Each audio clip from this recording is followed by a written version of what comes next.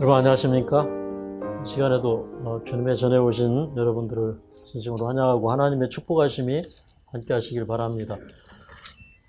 오늘 또 당일체험 위해서 오신 분 계시죠? 우리 아이하고 오신 분 당일체험 오셨나요? 우리 당일체험 오신 우리 사모님 잠깐 일어나시고 또 환영하고 격려하는 뜨거운 박수 한번 부탁드립니다. 네, 감사합니다. 또 뭐 어제 그저께 들어왔지만 우리 방이 없어서 저 밑에 세천사회 동산에 다니는 우리 박 선생님도 한번 일어나실까요? 네, 우리 박 선생님도 환영하는 뜨거운 박수 한번 부탁드립니다. 오늘 저는 이제 여러분과 함께 룻기서를 연구하겠습니다. 모압 여인이었던 룻의 이야기. 근데 이 룻기서는 이제 우리들에게 룻과 보아스의 사랑을 통해서 예수님이 우리를 얼마나 사랑해 주시는지, 정말 룻과 보아스의 아주 진진한 사랑 이야기를 통해서 이 보아스로 표상된 예수님이 우리를 얼마나 극진히 사랑하시고 돌보시는지를 설명해 주고 있습니다. 우리 옛말에 이르기를 여자 팔자는 된박 팔자다, 그렇게 얘기를 했어요. 그래서 여자는 어떤 그릇에 당기느냐 따라서 팔자가 변한다. 남편을 잘 만나야 돼요. 그런데 이 룻이라고 하는 이방 여자가 자기 남편이 죽은 다음에 이 이국에서 이민 와서 살고 있던 자기 시어머니를 따라서 이제 이스라엘로 돌아가게 되는데, 거기에서 보아스를 만나서 그의 팔자가 완전하게 바뀌는 그런 얘기를 다루고 있습니다. 이제 그러면서 이제 이 이야기의 지향점은 여기 베들레헴 에브라다에 맞춰져 있어요. 베들레헴 에브라다. 예수님이 태어나신 곳이 어디예요? 베들레헴 에브라다. 그래서 이 베들레헴이라는 자체가, 이 동네 자체가 사람이 많지 않았죠. 그런데 그 베들레헴 가운데 에브라다라고 하는 작은 성읍에서 일어난 이야기. 그러면서 이제 그 성읍에서 일어난 이야기를 통해서 예수님께서 이제 그 베들레헴 에브라다에 태어나실 것인데, 그분은 룻 시대의 보아스와 같은 그런 인물이다라고 하는 사실을 이제 룻기서를 통해서 보여주고 있는데, 저는 이제 오늘 아침에 다시 룻기서를 여러분들에게 말씀드리기 위해서 연구하면서 참 읽으면서 많은 감동도 오고, 또 그 다음에 읽으면서 러브 스토리가 너무나 아름다워서 미소가 나오고, 또 어떻게 하면 오늘 이 흥미진진한 이야기를 여러분들에게 잘 소개해 드릴까 또 생각도 해보는 그런 시간이 되었습니다. 우리 룻기서를 통해서 다시 한번 우리 심령이 뜨거워지는 경험이 일어나기를 간절히 바랍니다. 우리 룻기서에 있는 말씀을 살펴보도록 하겠습니다. 이 룻기서는 구약성경 402쪽에 나옵니다. 구약성경 402쪽입니다. 이 룻기서는 이제 가나안 땅에 이스라엘 백성들이 이제 안착하고, 그 안착한 때로부터 이제 왕정이 되기 전까지 왕이 일어나서 이제 나라를 다스리는 그런 왕정이 되기 전까지를 우리는 이제 사사시대라 이렇게 얘기합니다. 사사들이 다스리던 시기. 그런데 이제 그 사사시대의 초기에 이 룻기서에 기록된 내용들이 이제 나타나는데, 이 룻기서의 이 내용들을 이렇게 쭉 살펴보면 여기에 이제 구속의 이야기가 나옵니다. 이 보아스라고 하는 이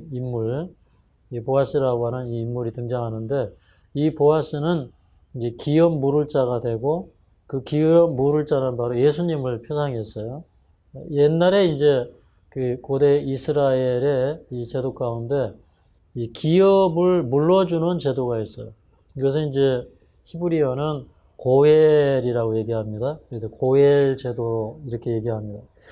이 기업을 무르다라고 하는 것은 기업을 도로 찾아주는 제도예요.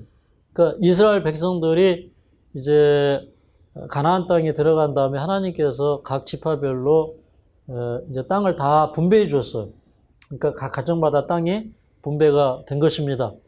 근데 이렇게 살다 보면 뭐 기근도 만나고 살다 보면 어려운 일이 있어서 이제 땅을 팔아먹고 또 다른 사람에게 몸종이 되어서 팔려가고 그렇게 되면 이제 가장 가까운 친족이 기업 물을 자가 되어서 그 기업에 그 돈을 이렇게 주고 그 기업을 사간 사람에게서 도로 사서 팔아먹은 사람에게 자기 가까운 친족에게 돌려주는 제도예요.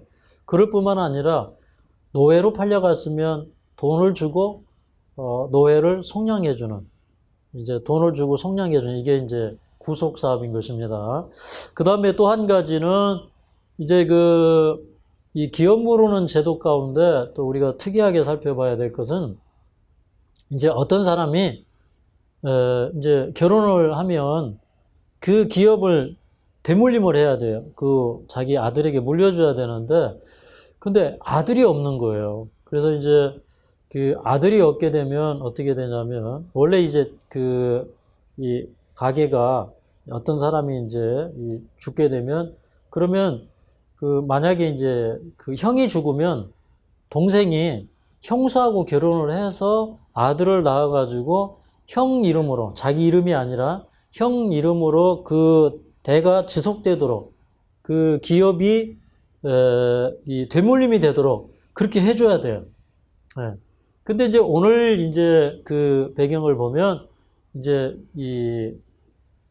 그런 얘기가 이제 이렇게 전개가 되는데 너무 자세히 설명하면 본문 얘기를 못 하니까 우리 그 본문에 있는 얘기들을 읽어가면서 제가 이 이야기들의 핵심 스토리를 여러분들에게 말씀을 들으면서 여기에서 또 심대한 교훈들을 찾아보고자 합니다. 자, 룻기 1장 1절부터 5절까지 있는 말씀을 좀 읽어보도록 하겠습니다. 룻기 1장 1절부터 5절까지 시작. 사사들이 치리하던 때에 그 땅 흉령이 드니라.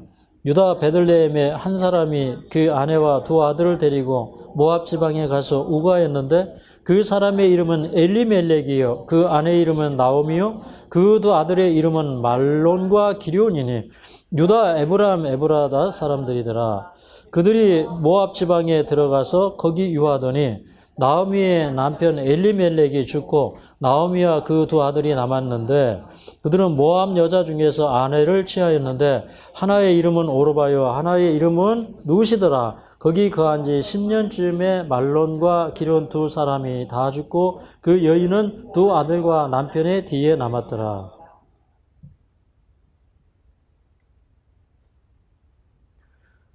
여기 이제 본문에 있는 이 말씀을 보면 나오미라고 하는 여자가 있었는데 이 여자의 이름은 엘리멜렉이에요. 근데 원래 이제 이 가정은 하나님을 잘 믿는 가정입니다. 왜 그러냐면 엘리멜렉이라는 이름은 여호와는 나의 왕이시다 이런 뜻이 있어요.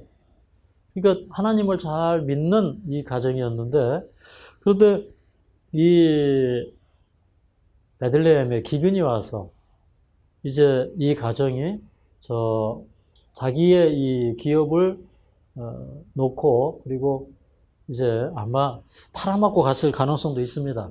자기 가정을 그 토지나 집을 다 팔아먹고 그리고 이제 자기네는 이제 이민을 갔는데 모압으로 갔어요. 모압. 근데 모압 땅은 원래 룻의 후손이며 셈 지파의 셈의 후손들, 셈 지파라기도 하고 셈의 후손들에 속합니다. 그래서 이제 지금은 이방인이고 또 뭔가 이스라엘에 체계하는 다른 국가 체계를 가지고 있는 이제 그런 곳에 이민을 가서 살게 됩니다. 이것은 아마 가난을 피해서 가기는 했지만 어떻게 보면 이제 믿음의 후퇴인 듯 합니다. 그런데 이제 모압 땅에 가서 사는데 그 남편이 병들어서 죽게 돼요. 이제 나오미가 이제 두 아들을 낳았는데 첫째 아들이 뭐라고 그랬어요? 말론. 그죠? 그 다음에 두 번째 아들은 기럨, 그래요. 근데 이 말론과 기럨이 둘 다 죽어요. 그러니까 이 집에 과부가 몇 명이 생기는 거예요? 네, 세 명이 생기는 거예요. 그러니까 과부만 세 명이 있는 고대세의 아주 그 불행한 집이 되는 것이죠.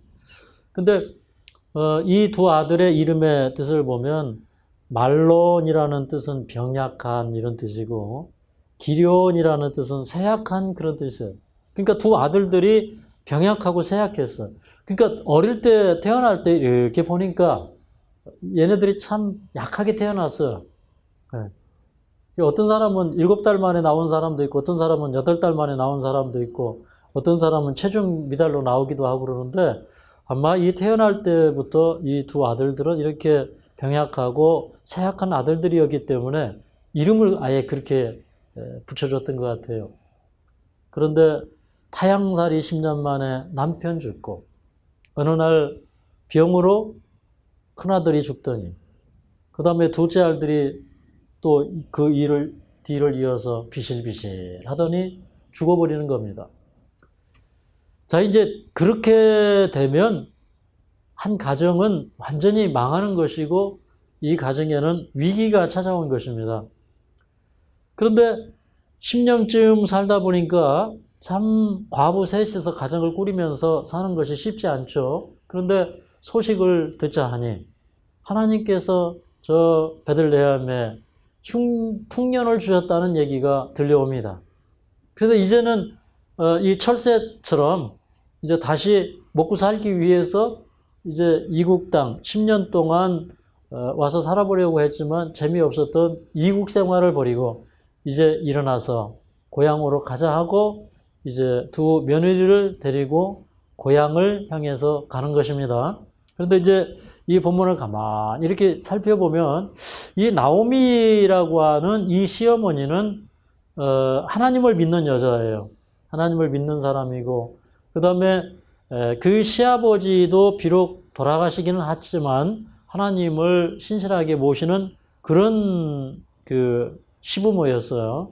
근데 이제 이 시어머니가 이 둘을 데리고 일어나서 심보다리를 쌓고 이제 저 북쪽으로 올라가서 이제 국경을 넘으려고 할 때 가만히 생각을 해보니까 이 두 며느리의 신세가 참 안타까운 거예요. 근데 그 두 며느리가 상당히 젊다고 하는 사실을 알 수가 있어요. 왜 그러냐면 이제 둘째 아들의 며느리가 룻이죠. 그런데 룻을 여기 이제 성경에는 2장과 4장에 보면 두 번이나 소녀라고 지칭을 해요. 그러니까 아마 뭐 소녀라고 지칭하는 정도면 10대 후반에서 한 20대 초반 정도 뭐 그렇게 됐을 수도 있어요. 이건 뭐 우리가 정확하게 유추할 수는 없습니다. 그러나 굉장히 예쁘고 아리따운 두 며느리였어요. 그러니까 이 며느리가 야, 얘들아, 너희가 이렇게 아직 나이도 어리고 하니까 돌아가서 시집가서 잘 살아야 되지 않겠느냐. 나를 따라와서 이국에 가면 고생이다. 그러면서 이제 돌아가라고 그렇게 권고하니까 이 두 며느리가 소리 높여 울어요. 그러니까 이 두 며느리도 참 착한 며느리이고 이 시어머니도 그 자식들을 사랑하고 그러니까 며느리들을 사랑하고 아끼는 그런 자상한 시어머님의 틀림이 없습니다. 그런데 집에 가서 이렇게 시집가서 잘 살으라고 그러는데 근데 그들이 이야기하기를 이렇게 이야기합니다. 좀 10절을 보겠습니다. 나오미에게 이르되 아니니이다. 우리는 어머니와 함께 어머니의 백성에게로 돌아가겠나이다. 이 두 며느리가 참 착합니까? 어머니의 백성에게로 돌아가겠습니다. 그러면서 이제 그 시어머니가 다시 하는 얘기가 뭐냐면, 내 딸들아, 돌이켜서 너희 집으로 돌아가라. 나는 이제 늙었다. 그러면서 이제 그 이스라엘 풍습 가운데서는 이제 아들을 낳지 못하고 죽으면 그러면 이제 이 집안에는 둘이 있었는데 둘 다 죽었기 때문에 이 두 며느리를 결혼시키는 유일한 방법은 뭐냐면 나오미가 아들 둘을 더 낳아가지고요. 키워가지고 장성하기를 기다렸다가 둘을 시집을 보내야 되는데 문제는 뭐냐면 이 나오미가 자기 남편도 죽었어요. 그리고 또 더 문제가 되는 거예요. 그게 불가능한 건 뭐냐면 자기가 이미 늙어버렸어. 그러니까 시집가서 아이를 낳을 수가 없어요. 지금 남편도 없고 지금 설령 남편이 있다고 하자. 내가 언제 아들을 낳아서 네 둘을 결혼을 시켜주겠느냐. 그러니까 나를 따라와 봐야 소망이 없으니까 돌아가라고 얘기하면서 참 이렇게 얘기합니다. 13절 후반부에 보면 여호와의 손이 나를 치셨으므로 나는 너희로 인하여 더 마음이 아프도다. 그렇게 얘기합니다. 내가 이렇게 된 것은 아마도 내가 고향 버리고 이국 땅에 와서 이렇게 살고 내가 아무래도 죄가 많아서 그런 것 같다. 그런데 나도 이렇게 참 고난 가운데 있지만 그런데 이게 너희 때문에 내 마음이 더 아프다 이렇게 얘기합니다. 그러니까 이 며느리와 시어머니 사이에 어떤 그 진한 그 사랑 그런 걸 느낄 수가 있죠. 그 다음에 14절에 보니까 그들이 소리를 높여 다시 울더니 그렇게 얘기합니다. 그들이 이제 두 번씩이나 소리를 높여서 울었다고 하는 것입니다. 근데 그 두 번째 돌아가라고 얘기했을 때 큰 며느리 오르바는 시어머니에게 입 맞추고 돌아갑니다. 근데 룻은 시어머니를 붙쫓았더라 그렇게 얘기하고 있어요. 나오미가 이제 그것을 보면서 여기 15절에 보면 내 동서는 그 백성과 그 신에게로 돌아갔으니 너도 동서를 따라 돌아가라고 얘기합니다. 근데 사실은 이제 이 모압 족속들은 그모스 신을 섬겼거든요. 근데 이 그모스 신이 이렇게 그 짐승의 이렇게 얼굴과 이렇게 뿔이 달린 그런 그 신인데, 근데 이제 인신 제물을 드리는 그런 신이에요. 그러니까 아마 이 두 며느리가 하나님에 대해서 알게 되었고, 그리고 그 우상 숭배가 잘못되었다는 것을 이제 알았죠. 근데 어쨌든 첫째 며느리는 자기 그 전도에 앞길에 그 유익을 위해서 돌아갔고, 그 다음에 이 룻은 돌아가지 않는 것입니다. 근데 이 룻이 그때 이제 이 시어머니를 붙잡고 하는 이 이야기가 참 감동입니다. 여기 16절부터 17절까지 읽겠습니다. 1장 16절, 17절. 시작. 룻이 가로되 나로 어머니를 떠나며 어머니를 따르지 말고 돌아가라 강권하지 마옵소서. 어머니께서 가시는 곳에 나도 가고 어머니께서 유속하시는 곳에도 나도 유속하겠나이다. 어머니의 백성이 나의 백성이 되고 어머니의 하나님이 나의 하나님이 되시리니 어머니께서 죽으시는 곳에서 나도 죽어 거기 장사될 것이라. 만일 내가 죽는 일 외에 어머니와 떠나면 여호와께서 내게 벌을 내리시고 더 내리시기를 원하나이다. 여기 보니까 이 롯이 어머니가 가시는 곳에 나도 가겠습니다. 그렇게 얘기해요. 또 어머니가 유숙하시는 곳에 나도 유숙하겠습니다.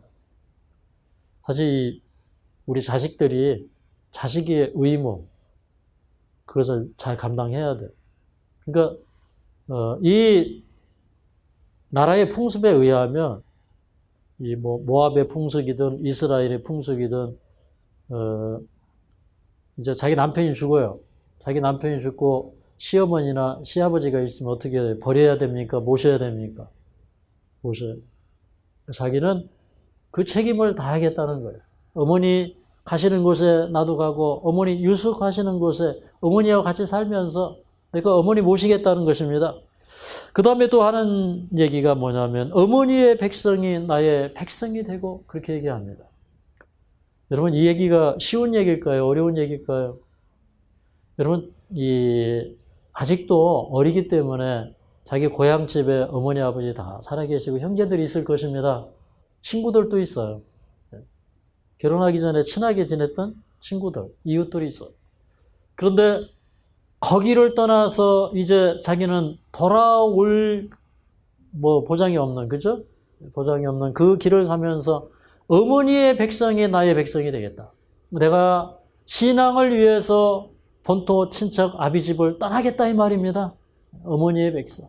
그러니까 어머니의 백성, 하나님이 부르신 그 백성, 그 백성이 있는 곳에 가서 나도 살고, 그 다음에 어머니의 하나님이 나의 하나님이 되실 것이라고 고백을 합니다. 내가 돌아가지 않는 것은 내가 신앙 때문에 돌아가지 않겠습니다.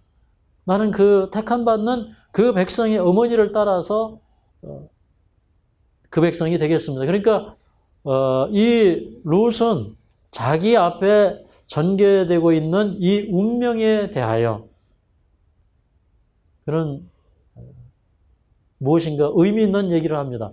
여러분, 우리는 그렇습니다. 제가 이제 이 이방인의 관점에서 이 세상적인 안목으로 이 며느리들의 입장에서 한번 생각을 해봤어요. 이 둘째 며느리는요, 사실은 이 집안을 가장 조롱하고 멸시할 수 있어요. 왜 그러냐면, 아니, 우리 시아버지나 우리 시어머니나 하나님 믿으면 잘 되고 복 받는다고 하더니 왜 자기네들은 이렇게 타향에 와서 살아? 근데 보니까, 시아버지도 돌아가시네? 아니, 보니까, 시아주머니, 그죠? 시아주머니도 돌아가시네? 근데 가만히 보니까 누구까지 죽어요? 저기 남편까지 죽어요.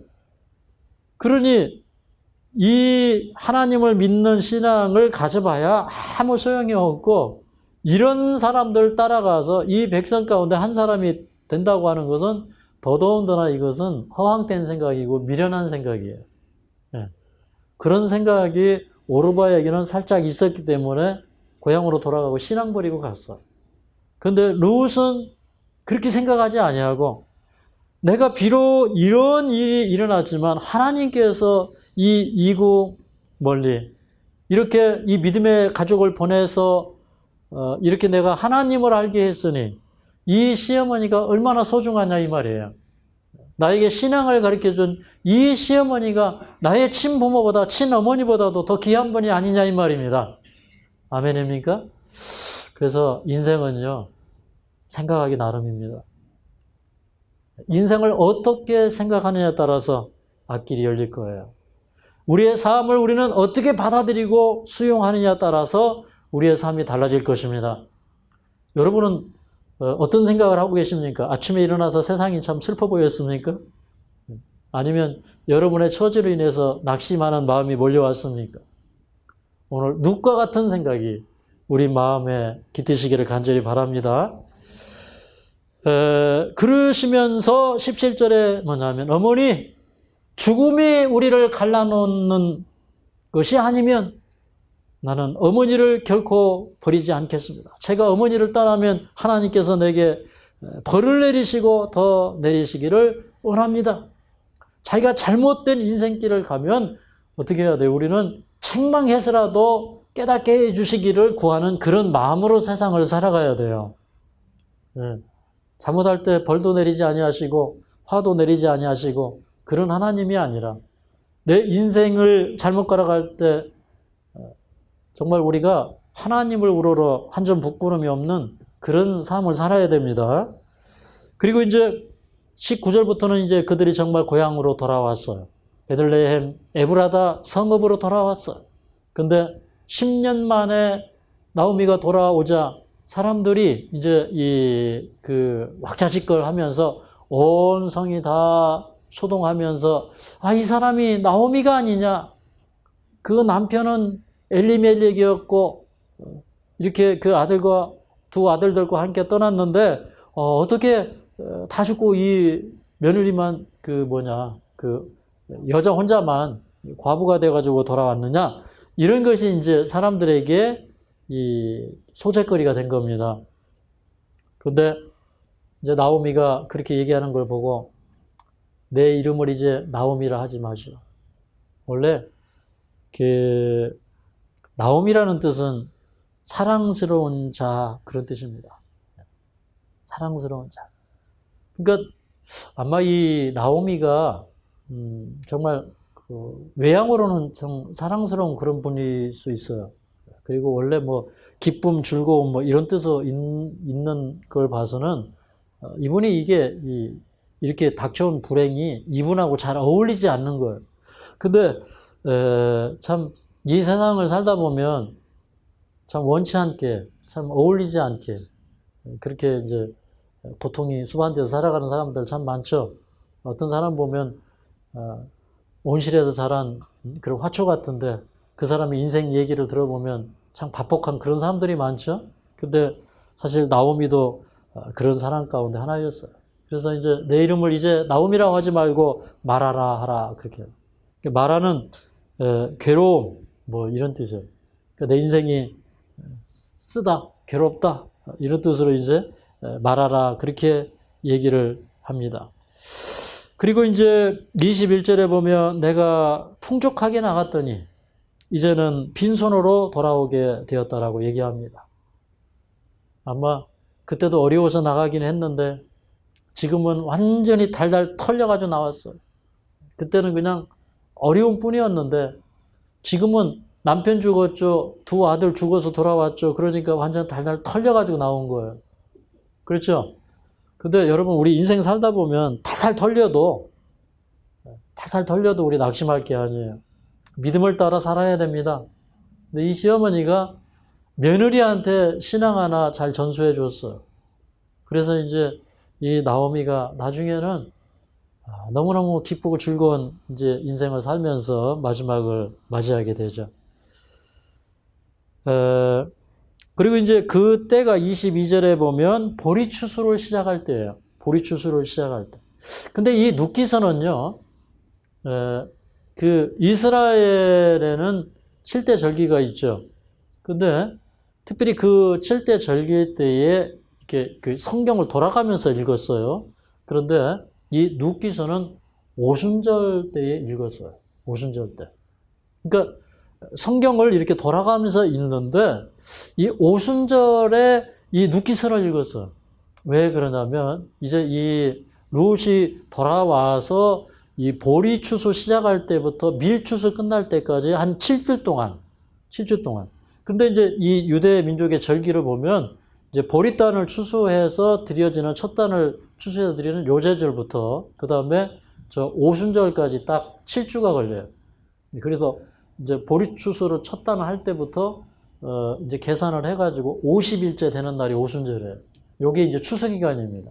그런데 요 절기를 대표하는 오순절에 이 눕기서를 읽었어요. 그러니까 아가서나 눕기서나 이런 책들이 사람들에게 자주 읽혀졌다고 하는 얘기는 정말 그 명절에 즐거움을 더해주는 그런 책이었다는 것입니다.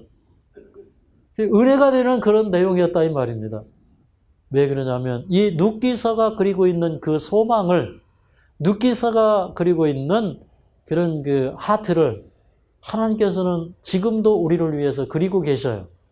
우리도 이 핑크빛 소망을 주님 안에서 가질 수 있기 때문에 이 눕기서는 참 이제 중요하다고 이렇게 볼 수가 있습니다.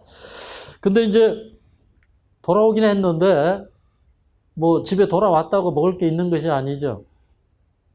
그러니까 이미 논밭은 다 팔아먹었어요. 그죠? 그리고 이제 먹을 게 없어요.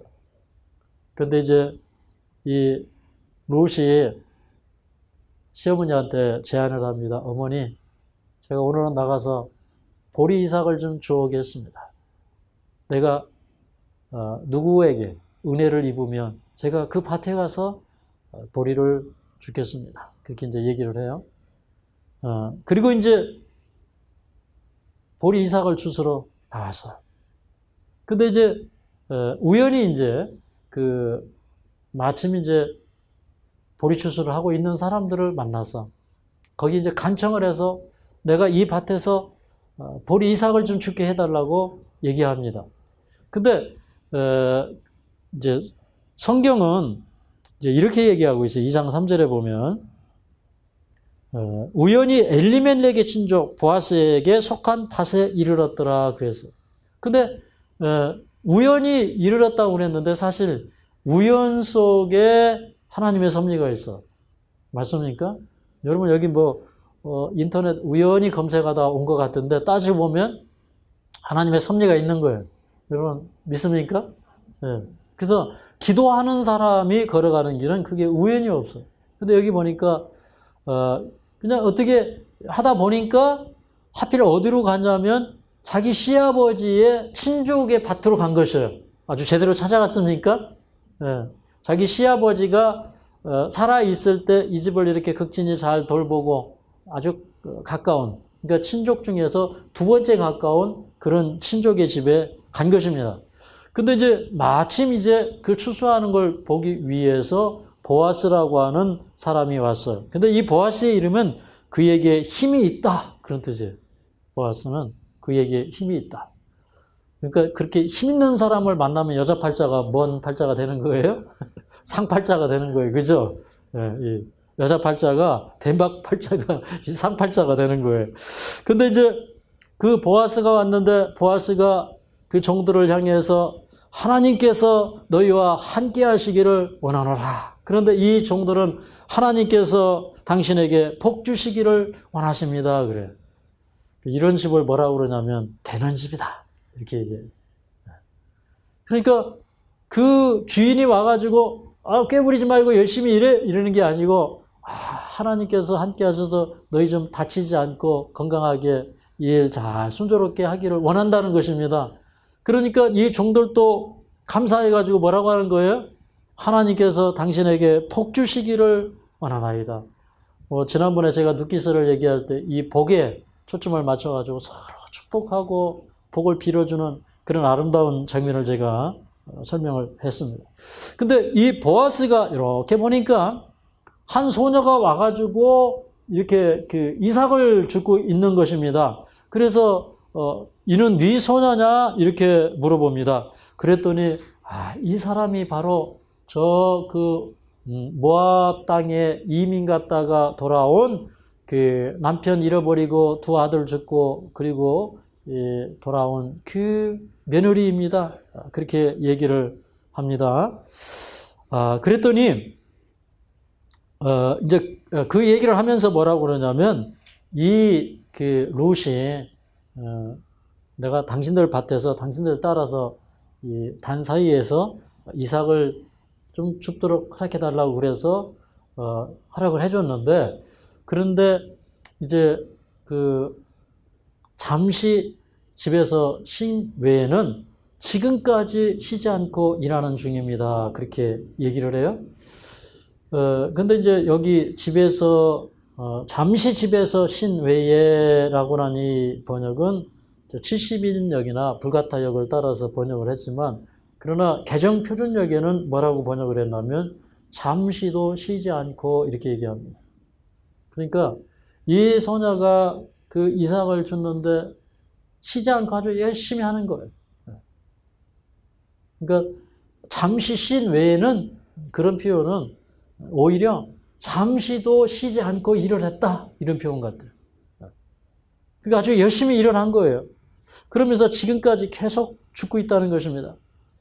그래서 이제 보아스가 그 룻을 보면서 참 그 룻이 너무나 귀해 보이는 것입니다. 그러니까 여기 8절에 보면 내 딸아 이렇게 불러요. 내 딸아. 그러니까 엘리멜렉 그러니까 시아버지에 가까운 친족이에요. 그러니까 그 자기 눈에도 뭐처럼 보이는 거예요? 딸처럼 보이는 거예요. 그러면서 다른 밭으로 가지 말고 나의 소년들과 함께 있으면서 이제 보리를 주스라고 얘기하면서 그 다음에 그 소년들에게는 9절에 보니까 이제 주인이 당부를 해서 이 소녀를 건드리지 말아라 그렇게 얘기를 해요. 그러니까 혹시라도 이제 이 뭐 좀 희롱을 당하고 이럴까봐 이제 안전을 보장해주는 그런 장면이 나옵니다.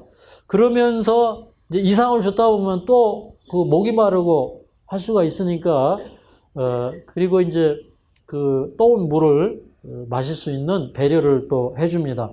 근데 룻이 이제 그런 배려를 받고 나니까 너무너무 고마운 거예요. 그래서 여기 그 10절을 좀 읽어보겠습니다. 10절. 2장 10절 시작. 룻이 땅에 엎드려 절하며 그에게 이르되 나는 이방 여인이여거늘 당신이 어찌하여 내게 은혜를 베푸시며 나를 돌아보시나이까. 근데 이렇게 보니까 이 룻이라고 하는 사람의 성품을 느낄 수가 있어요. 그냥 뭐 다른 사람이 호의를 베풀면 그냥 어떤 사람은 자기 자존심 때문에 모르는 척하고 그냥 이렇게 호의를 받는 사람도 있고, 그런데 룻이 엎드려서 절하면서 나는 이방 여인인데 당신이 어찌하여 내게 은혜를 베푸시며 나를 돌아보시나이까, 이렇게 얘기를 해요. 그러니까 참 감사할 줄 알죠. 그리고 아마 감동받을 줄 알아요. 사람은 감사할 줄 알고 감동받을 줄 아는 사람이 좋은 거예요. 그러니까 어떻게 보면 참 감수성 많은 아름다운 여자예요. 맞습니까? 근데 이제 이 보아스가 하는 얘기가 11절부터 보아스가 하는 얘기가 참 감동적이에요. 내가 그 시어머니에게 행한 모든 일을 내가 다 들었다. 그리고 내가 그 고국을 버리고 고향을 떠나서 이렇게 그 알지 못하는 이국 백성에게 온 일에 대해서도 내가 다 들었다. 그러면서 여호와께서 내 행한 일에 보응해 주시기를 원한다. 그러니까 갚아 주시기를 원한다. 그러면서 그 여호와의 날개 아래 보호함을 받으러 온 내게 하나님께서 온전한 상 주시기를 원하노라, 그렇게 얘기해요. 참 아름답습니까?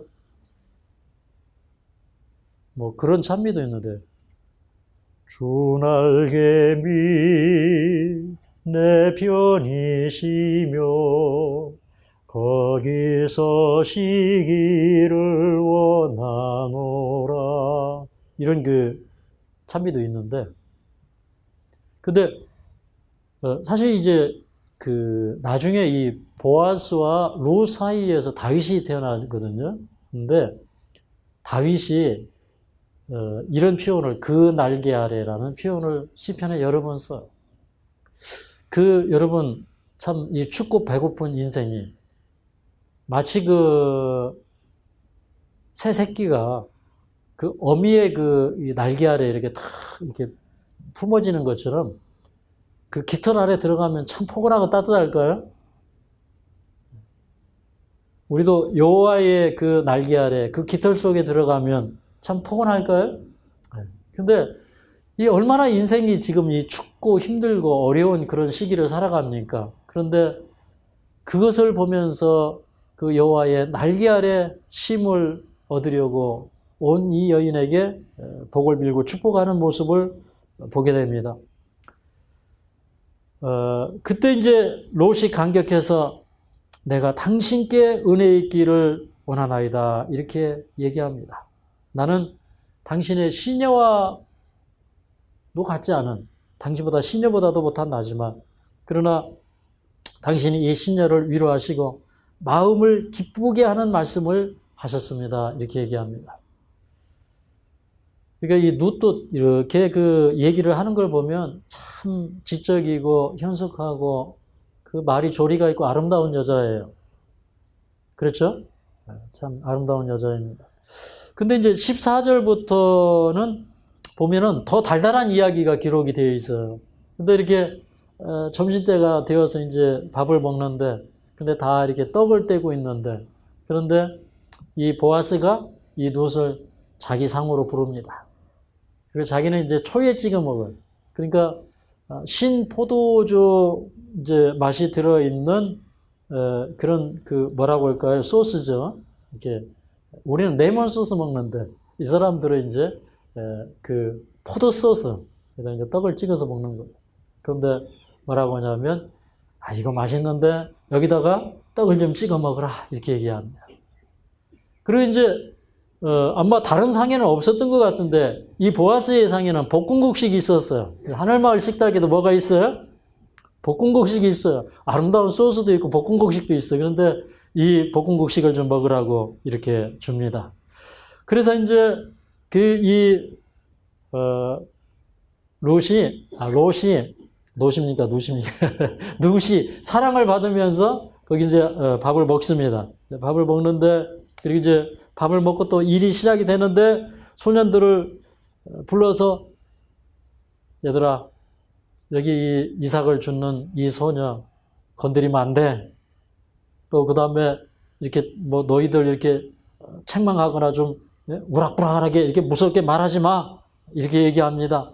그러면서 그들한테 살짝 기속말하는 거예요. 야, 그런데 너희 말이요 배다가 살짝 뽑아가지고 버려. 알았지? 이렇게 얘기하는 거예요.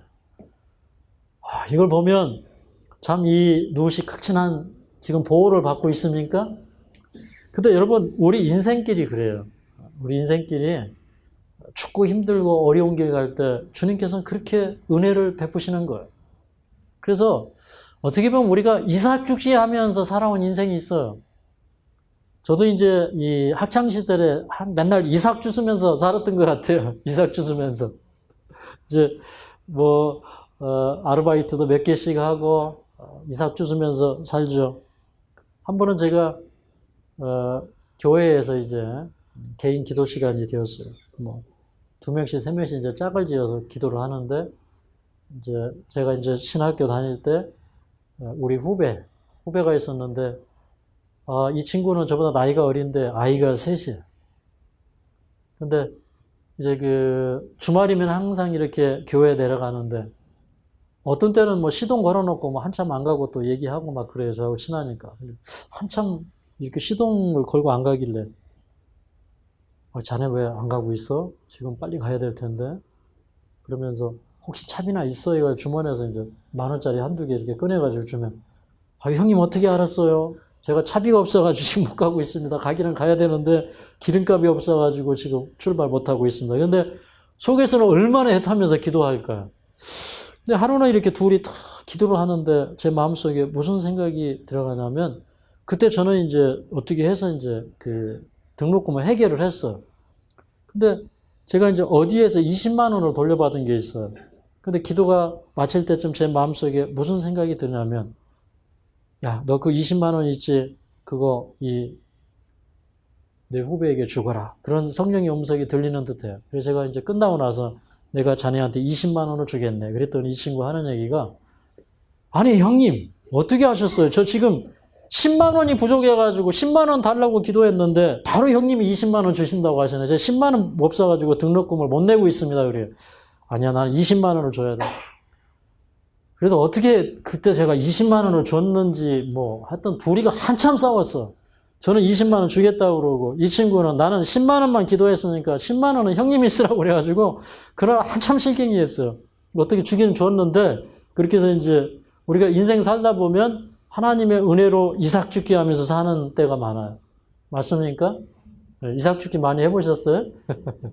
한 번은 이제 제가 이제 그 대학원 다닐 때 집에 왔습니다. 집에 왔는데, 가만히 생각하니까, 이제 일주일 동안 뭐 밥 사 먹을 돈도 없지, 차비도 없지, 아무것도 없어. 그래서 이제 어렵게 어머니, 아버지 눈치 보면서 이 얘기를 했어요. 내가 이번 주에 쓸 돈이 없는데 어머니 저에게 용돈을 좀 주십시오. 그랬더니 어머니가 마침 용돈이 다 떨어지고 지금 아무것도 없다고. 큰일 났어요, 이제. 서울 올라갈 차비도 없고, 올라가서 일주일 살 돈도 없고, 근데 계속 기도하면서 이제 불과 한 200-300m의 거리를 내려와서 차를 타려고 내려오는데, 아니, 저쪽에서 발이 기부스를한 이제 우리 시형 이모였거든요. 근데 그분이, 시형 고모였는데, 그분이 막 쩌뚝쩌뚝 와요. 그래서 이제 인사를 하고, 고모님 다리 다치셨는데, 그 다리로 지금 어디를 가십니까? 그랬더니, 가기를 어딜 가? 내가 자네한테 용돈 주려고 오지. 하나님께서 지금 방금 내 마음을 감동시키셔서 자네가 용돈이 떨어졌으니 용돈 갖다 주라 해서 오는 중이야. 그래. 그게 뭐냐면 우연한 일이 아니에요. 다 하나님의 섭리예요. 이렇게 이삭을 주시면서 우리를 사는 것이에요. 그러나 그것을 뽑아버리는 것이 그게 하나님의 극진한 사랑이에요. 야, 너희들 티내지 말고 살살 뽑아서 버려. 하나님은 우리를 그렇게 사랑하십니다. 그러니까 보아스가 룻을 향한 그런 마음이 지극해요. 근데 이제 그날 얼마나 이제 많이 주셨던지 집으로 돌아가려고 보니까 한 에바를 주셨어요. 한 에바는 14kg, 36.44리터예요. 많이 주셨어요?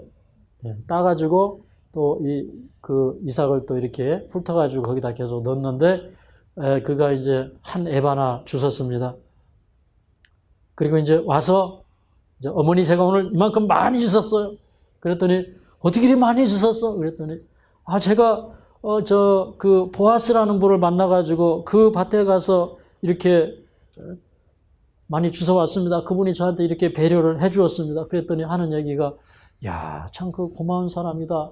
엘리멜렉은 우리 남편이 살아있을 때도 그렇게 우리를 위해서 친절을 베푸더니 또 너한테 이렇게 친절을 베푸는데 사실은 그 사람이 우리 가까운 친척이다. 이렇게 얘기를 합니다.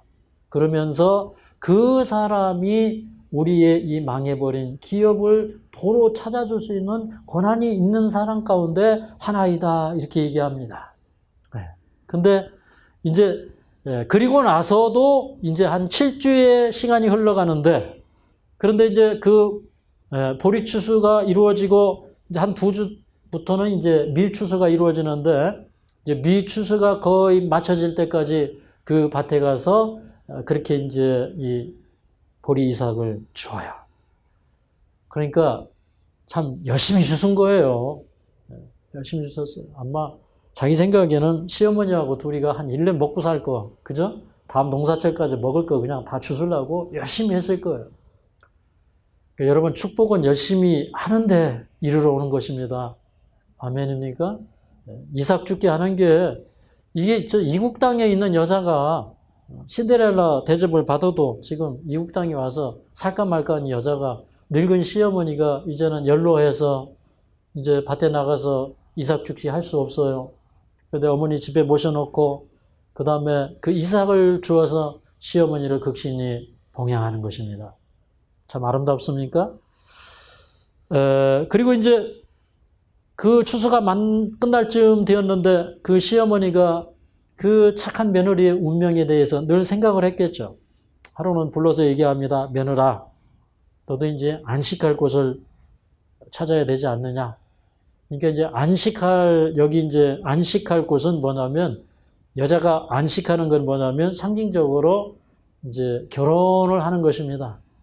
그러면서 이제 저 보아스는 우리 기업을 되돌려 줄 수 있는 사람이고, 그 다음에 너와 결혼을 해서 아들을 낳으면 그 아들의 이름으로 기업을 대물림해 줄 수 있는 그런 사람이니까 너는 이제 보아스에게 시집을 가라고 얘기를 하는 것입니다.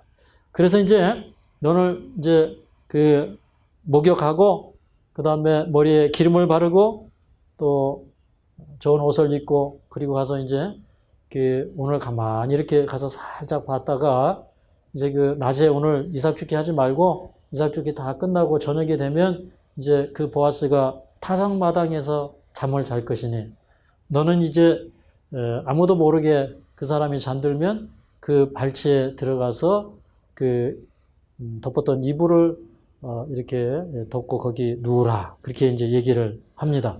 그래서 이제 그 시어머니의 얘기를 따라서 밤중에 와서 이제 보니까 보아스가 그날 아주 기분이 즐겁고 기뻐요.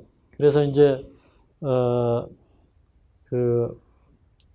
한 곳에서 이제 누워서 잠을 잡니다. 근데 잠을 자다 보니까 발치에 뭐가 걸려서 깜짝 놀라서 일어났어요. 그랬더니 이 노시 하는 얘기가 여기 9절에 보면, 당신의 옷자락으로 시녀를 덮으소서, 당신은 우리 기업을 물을 자가 됨이니이다. 이렇게 얘기해요. 그러니까 이게 이제 잘못 이해를 하면 이게 이제 조금 이렇게 뭐라고 그럴까, 엉뚱한 이야기가 돼요. 근데 이 룻은요, 그때 당시에 이제 기업 모르는 풍습이 있었고, 기업 모를 자하고 이렇게 합리적으로 결혼을 할 수 있었기 때문에 룻은 정말 시어머니의 그 이야기를 듣고 거기에 순종해서 의를 이루기 위해서 간 것입니다.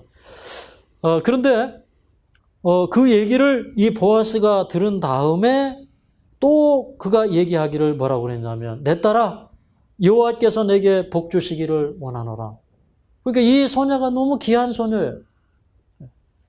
그러니까 지금 자기 앞에 펼쳐지고 있는 이런 그 사건을 보면서 이 믿음으로 지금 자기 앞에 온 여자를 보면서 여호와께서 내게 복 주시기를 원하노라. 그러니까 자기가 뭔가를 할 수 있는 게 아니라 하나님께서 복 주시는 방법으로 하기를 원하는 것입니다.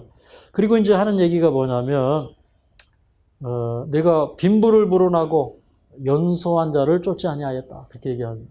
그러니까 여러분 가난해도 기왕이 청혼을 하려면 누구한테 해야 돼요? 젊은 사람한테 해야 돼요. 그죠? 근데 그런 것도 내가 아니하고 그 다음에 내가 베푼 인애가 처음보다 나중에 더하도다.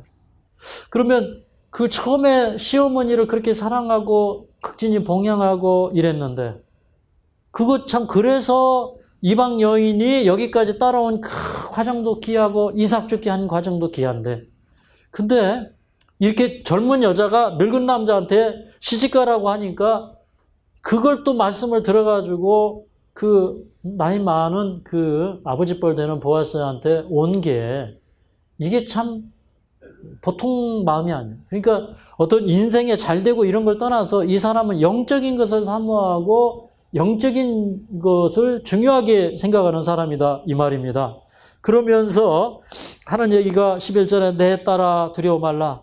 내가 내 말대로 내게 다 행하리라.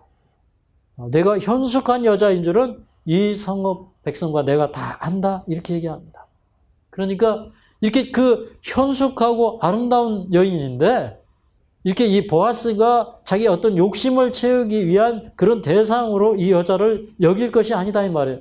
그러면서 나보다 더 가까운 기업 물을 자가 있는데 그 사람에게 먼저 권리가 있는데 그런데 만약에 그 사람이 물으지 아니하면 내가 너의 기업을 물러주겠다 이 말이에요. 내가 내 말대로 다 할 테니까 이게 법적인 순서에 따라서 합리적으로 하자 이 말입니다. 그러면서 혹시라도 사람들이 밤에 네가 이렇게 온 걸 보면은 네가 손가락질을 당할 테니까 너는 아침까지 조용히 여기 머물러 있다가 이 날이 새기 전에 가라. 지금은 너무 어두워서 위험하니까 여기 좀 머물러 있다가 아침에 가라고. 그렇게 얘기하면서 만약에 내 친족이 기업을 물으지 아니하면 여호와의 사심으로 맹세하노니 내가 기업 물을 자의 책임을 내게 행하리라 이렇게 얘기합니다. 그러니까 참 이 보아스는 어떻게든지 이 여자의 앞길을 열어주려고 하고 보장하는 그런 모습을 보게 됩니다. 그래서 이제 날이 이제 새기 전에 이제 일어나서 그 다음에 아직도 어두운데 이제 그 옷자락을 펼치라 해가지고 겉옷에다가 보리 6대 넣어가지고 이제 시어머니에게 보냅니다. 그래서 이제 이 둘이가 집에 돌아와서 시어머니한테 얘기하면서 이 일이 어떻게 풀어질지 한번 보자 하면서 둘이가 기도하면서 기다리고 있어. 그 다음에 이제 보아스가 성문에 올라가서 이제 그 친족을 기다리다가 그 마치 친족이 왔어요.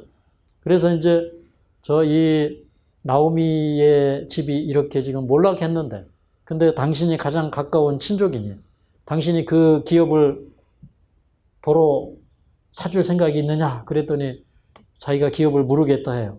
근데 한 가지 더 얘기할 게 있는데 근데 그 집에 지금 이 며느리가 지금 이제 이 과부가 아니냐 이방 여인이 아니냐 그런데 당신이 그 사람의 기업을 물으면 그 사람하고 결혼을 해서 아이를 낳아가지고 그 아이의 이름으로 그 집에 그 기업이 대물림되도록 그렇게 해야 된다. 그러니까 이 사람이 처음에는 하겠다고 그러더니 나중에 가만히 생각하니까 자기 돈 투자해가지고 아들 낳아가지고 그 다음에 그 아들에게 그걸 물려주라고 하니까 자기한테는 돌아오는 게 있어요 없어요? 없는 걸. 그러니까 내가 가만히 보니까 내 기업에 손해가 들어갈까 봐 나는 못하겠다. 그래?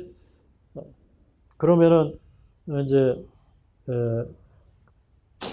당신 신발을 벗어가지고 다른 사람에게 주라.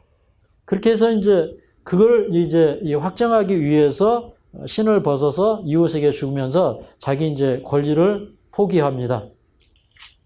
근데 이제 그걸 가만히 보는 이 성읍의 장로들이 이제 증인이 이제 10명 있는 거예요. 이게 어떻게 보면 여기서 이제 이 성문에서 사법적인 판결이 이루어지는 겁니다. 이 판결이 이제 기업 물을 자가 이제 합법적으로 누구에게 돌아온 거예요? 보아스에게 온 거예요. 그랬더니 사람들이 그런 사건을 보면서 축복합니다. 당신이 그 모압 여인 룻을 사서 아내로 취하고 그 다음에 대를 잇고 또 그 다음에 당신의 집안이 그 야곱이 이제 라헬과 레아를 얻어가지고 그 12아들들을 낳고 12지파가 되었는데 그 당신의 집에 이 여인이 라헬과 레아와 같은 그렇게 훌륭한 사람이 되기를 원한다. 이런 그 축복을 하면서 12절에 보면 다말이 유다에게 낳아준 베레스의 집과 같게 하시기를 원하노라 그래요. 근데 이 다말은 그 예수님의 족부에 기록된 5명의 여자 가운데 하나예요. 근데 이제 이쯤에서 제가 한 가지 흥미있는 얘기 또 할게요. 여러분, 이 보아스가 누구의 아들인지 압니까? 보아스가 누구의 아들인지 알아요? 여러분, 라합은 아시죠? 그 성경을 연구해보면 참 흥미로워요. 여러분, 원래 여리고성이 멸망당하고 거기에 다 죽었지만 그 정탐꾼들을 숨겨줬던 라합과 그 가족만 살았어. 근데 그 라합이 누구하고 결혼을 하냐면 살몬이라는 사람하고 결혼하는데 이 살몬은 이스라엘 남자입니다. 이스라엘 남자인 것도 분명한데 어쩌면 그 12 정탐꾼 가운데 한 명일 수도 있어. 근데 이 라합이 살몬하고 결혼해가지고 보아스를 낳았어. 그러니까 이 보아스는 자기 엄마가 원래 이방 여자예요. 그 이방 여자가 자기 집에 들어와서 어머니가 얼마나 신앙대로 잘 살았는지 이 보아스를 어릴 때부터 기가 막히게 도량이 넓고 훌륭한 인물로 교육시켜서 이 보아스가 지금 이렇게 된 것입니다. 그러니까 이 보아스는 무슨 생각을 가지고 있냐면 이방인도 이렇게 훌륭한 이스라엘 가문 안으로 들어올 수 있다고 하는 사실을 알게 된 겁니다. 그러니까 그 보아스는 자기 엄마 생각에서 그 룻을 볼 때 애정이 10배, 20배 더 끌렸던 거예요. 성경의 배경을 보면 그렇습니다. 맞습니까? 이건 제 얘기가 아니라 마태복음 1장 5절에 보면 살몬은 라합에게서 보아스를 낳고 그랬어요. 그러니까 그 라합의 아들이 누구라는 거예요? 보아스. 여러분, 하나님께서는 우리에게 인생의 여러 경험들을 주십니다. 그런데 우리는 그 경험 속에서 하나님을 알면 그 은혜가 더 커요. 맞습니까? 참 하나님 따뜻하신 분이에요. 너무나 하나님의 품은 따뜻해요. 그 날개 아래, 그 깃털 아래는 너무 포근해요. 그 모세도 도망쳐가지고 저 미디안으로 갔을 때 거기 장인을 만나는데 장인의 이름이 누엘이에요. 누엘. 하나님의 친구라는 뜻을 가지고 있어요. 그러니까 모세도 도망가서 안착을 했는데 어디에서 안식을 찾았냐면 하나님을 잘 믿는 그 미디안의 제사장의 집에서 안식처를 찾았어. 근데 이제 그 보아스는 자기 어머니 라합이 이방 여인이었기 때문에 그 사이에서 태어난 사람이었기 때문에 이 이방 여인을 볼 때 하나님의 귀한 섭리를 느꼈음에 틀림이 없습니다. 아멘입니까? 네. 그리고 그 성읍의 장로들이 축복해 줬어요. 그래서 그 예수님의 조상이 되었던 그러니까 다말, 자기 그 시아버지가 며느리를 취해가지고 그 잘못된 관계 속에서 그렇게, 그런 그 이상한 역사가 일어났지만, 그러나 그 다말이라고 하는 여자가 그래도 믿음이 있었거든요. 그래서 이제 그 예수님의 족보에 들어오는 그런 역사가 있었는데, 근데 그런 축복을 받으면서 역시 보아스도 룻을 아내를 삼아서, 그리고 이제 21절에 보면 여기 이렇게 얘기합니다. 살몬은 보아스를 낳았고 보아스는 요벳을 낳았고 요벳은 이새를 낳았고 이새는 다윗을 낳았더라. 그러니까 이 룻에게서 다윗과 같은 훌륭한 아들이 나왔어요. 그 다윗의 후손 가운데 누가 나오셨어요? 예수님이 오셨어요. 근데 저는 이 이야기를 보면서 보아스 그는 기업 물을 자인데 그러면 그 기업 물을 자가 누구냐? 예수님인 거예요. 예수님이 우리를 사랑하셔서 이방 여인이었던 우리와 결혼해 주시고 그리고 우리는 예수님을 만나서 그 보아스가 참 보통 사람이 아니죠. 이 보아스는 그 이름의 뜻이 어떤 사람이었다고 그랬어요? 그에게 뭐가 있다? 그에게 힘이 있다. 그래서 힘 있는 예수님을 만나면 그 누시 예수님의 가문에 들어갔던 것처럼 우리는 여러분 하늘에 가서 왕족이 될 것입니다. 저는 이 스토리를 보면서 그 보아스의 심령 속에 역사했던 룻을 향한 뜨거운 사랑. 그래서 자기가 이제 그와 결혼하면은 기업을 되사서 아들 낳아서 그에게 다 물려주고 그렇지만 그것을 손해로 여기지 아니하고 기쁨으로 여기고 그가 이 참 힘들까봐 그 이삭 줍는 길에서 그 여러 가지로 울타리를 치면서 그를 보호하고 이삭을 흘려주고 물을 마시게 하고 자기 땅에 자기 이 상에서 같이 초를 찍게 하고 먹을 것을 챙겨주고 이러면서 나타난 이 보아스의 사랑. 저는 거기에서 예수님의 자상하심을 봅니다. 우리 주님이 우리를 사랑하시는 그 자상한 사랑, 그 아름다운 사랑. 그래서 사랑하는 여러분, 우리도 룻처럼 보아스를 만나서 우리의 인생이 바뀌기를 간절히 바라면서 말씀 마치겠습니다.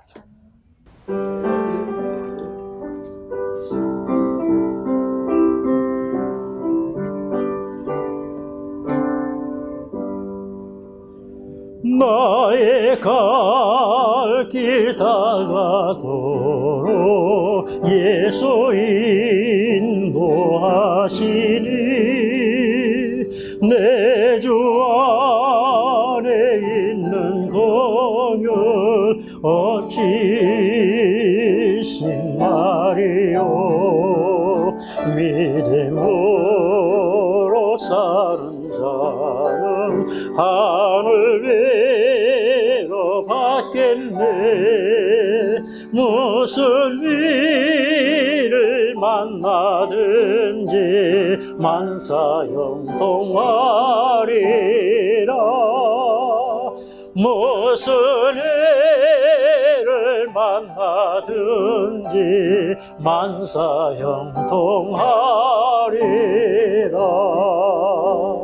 나의 갈 길 다가도록 예수 인도하시니 어려운 일 당할 때도 족한 은혜 주시네. 나는 심히 고단하고 영혼 매우 가라나 나의 앞에 반석에서 샘물 나게 하시네. 나의 앞에 반석에서 샘물 나게 하시네. 나의 갈 길 다가도록 예수 인도하시니 그의 사랑 어찌겠니 말로 할 수 없도다. 성령 감화 받은 영혼 하늘나라 갈 때에 영영 부를 나의 찬송 예수 인도하셨네. 영영 부를 나의 찬송 예수 인도하셨네.